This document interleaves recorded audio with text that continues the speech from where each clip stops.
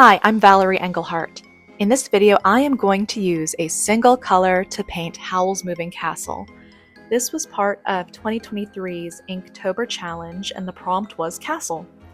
And so, Howl's Moving Castle. I'm using a single color for the entire painting. It's called Bloodstone Genuine, and I'm picking this one because of how I want to paint this piece. Now, I am painting on hot press paper, so it's really easy to lift color off. And what I'm doing is I'm putting down outlines and shadows, essentially my darkest value, letting it sit for a moment, and then just using water to pull that pigment into the mid-tone areas. Now I am using a flat synthetic brush, and that is because I want to, the synthetic part is because I want to have better water control. I don't want the brush to hold a ton of water because I am doing all those little dots and dashes and straight lines. So I feel like I want a little more control.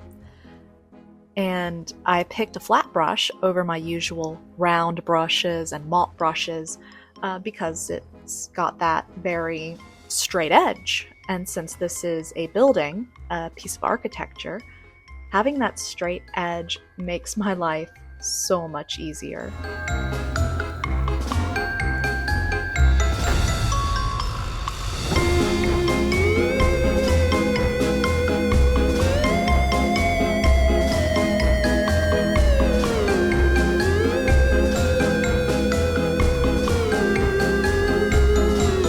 One of the benefits to using only one color when doing a painting, especially a subject you're not familiar with, anyone who's followed my work for a while will know that I don't normally paint buildings. They just typically don't jive with my style.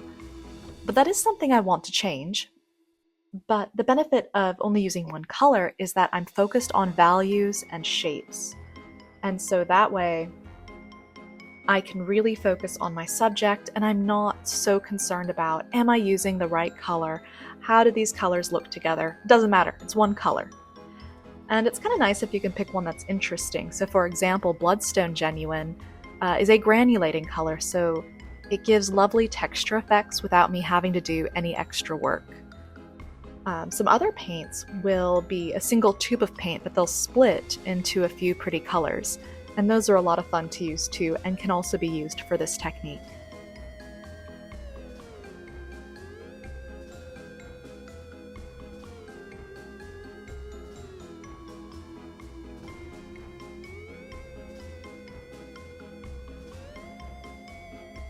Hi, Valerie here. I just wanted to pop in real quick and ask, do you want to paint with bold, vibrant watercolor? Well, I teach you how to paint this beautiful, dare I say, elegant elephant using bright tube paints and lovely texture effects. Just go down to the link below, and it doesn't cost any money. Sign up and you get a free watercolor lesson along with the line art so you can follow along. Okay, back to the video. At this point, the painting has dried, and I have brought out a small size 2 round brush. This is because there are some circular shapes on this castle, and I find that a lot easier to put in with a round brush. Not to mention, with this being a smaller brush, I have a nice fine tip, so that's good for putting in just little thin lines in the nooks and crannies. And so at this point, I'm going to be adding additional shapes that I couldn't put on earlier because the painting was wet, and so the paint would just melt essentially into it. Or I need to add an even darker value, because sometimes it's just best to wait and let it dry and then go back in. Otherwise, if you go in too often, you can create mud, especially if you're using multiple colors. But also, going in far too much while the painting is still wet makes it look, well, like a mistake, like you couldn't make a decision. So when in doubt, let it dry and then go at it again.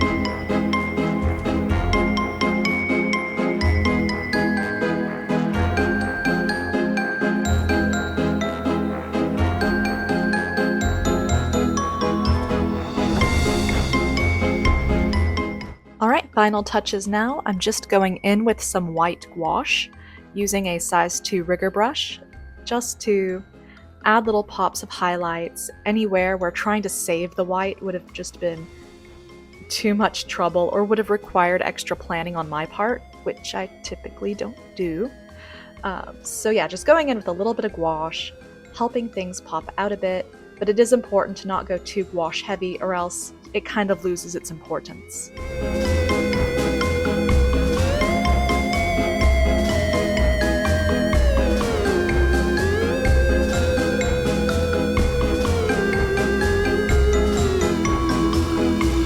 And here's the finished painting. If you liked it, go ahead and like this video so I know to make more like this, and if you want to see more from me, subscribe to my channel. I'd really appreciate it. Anyway, have a great day. See you next week. Bye!